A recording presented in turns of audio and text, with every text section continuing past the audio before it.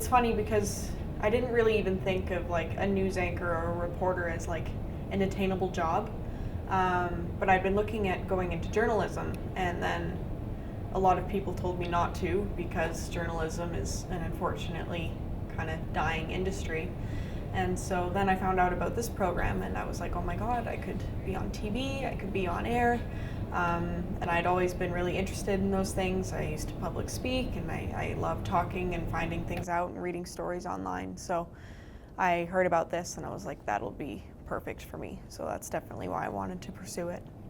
I worked for Air Canada for 2 years. Prior to that, I had always loved to do sports anchoring. I had a friend who had a sports program back home in Nigeria, and he would typically pull me on a Sunday morning to go do sports analysis with him. And after a while, I began to like it, and I enjoyed it. And I began to dream of the possibility of doing something on TV, and then kind of felt, you know what, I needed to go back to school. And then I looked through the brochure and I saw this program, and I just saw myself doing this. And I'll be honest with you, it's been an amazing 2 years having to go through this program here in SAIT. I came into this program because I don't have like a big role model kind of base. The closest TV station that I have is 6 hours away, so that's like we don't have local news. And then my like closest radio station is an hour away, so I was really drawn to it because there's no such thing really as local news where I come from, so I was like, well, I kind of want to change that or fix that for smaller towns, or just be the face for smaller towns, because there's not a lot of exposure for smaller stations or just smaller anything. And I told people I had chose this program and I got it into it, and there's only one lady from up north that everybody knows. She's from my town, and everyone's like, you're gonna be the next Carrie Doll. Like, that's just kind of like locally famous kind of thing, and that's what happens when you're in a small town.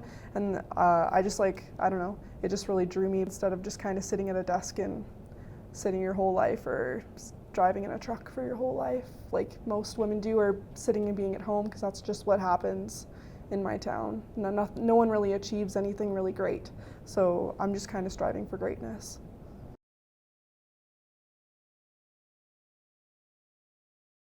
I know we had the opportunity of doing anything. We could have done something on environment or oil and gas or whatever. I just felt it would be a disservice to this program if we went through it and we didn't narrow down our project to things that had to do with the industry we're going into.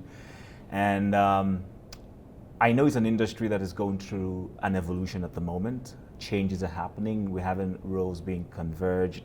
We're having technology coming in. And I just felt it was important for us to go do something that would give us an idea of what the outlook was like and what the future had for us.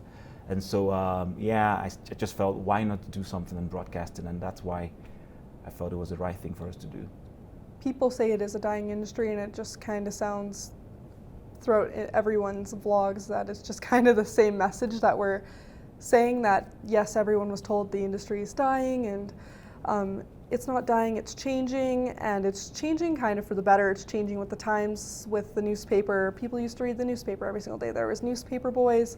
That doesn't really happen anymore. We're getting hired into the industry, and we want our voices to be heard, like our demographic, not just the demographic that's slowly aging out and being let go. It's now going to be a younger format of news than what we're used to, because when you think of like 80s news or 90s, it's like the announcer, like, this is the news. But now it's like, it's a better format. It's more of a conversational format for most things now, and I think it's just bringing more of the younger generation in, and it's pretty cool to see. I think it's important for us to establish where the industry that we are pursuing is going. I wanted to look into how the news industry is going, the future that it holds for us, and also just get a chance to inspire us and see the big stations and meet some of the big anchors and everything else, so that we can meet those people and really solidify why we wanted to be here in the first place.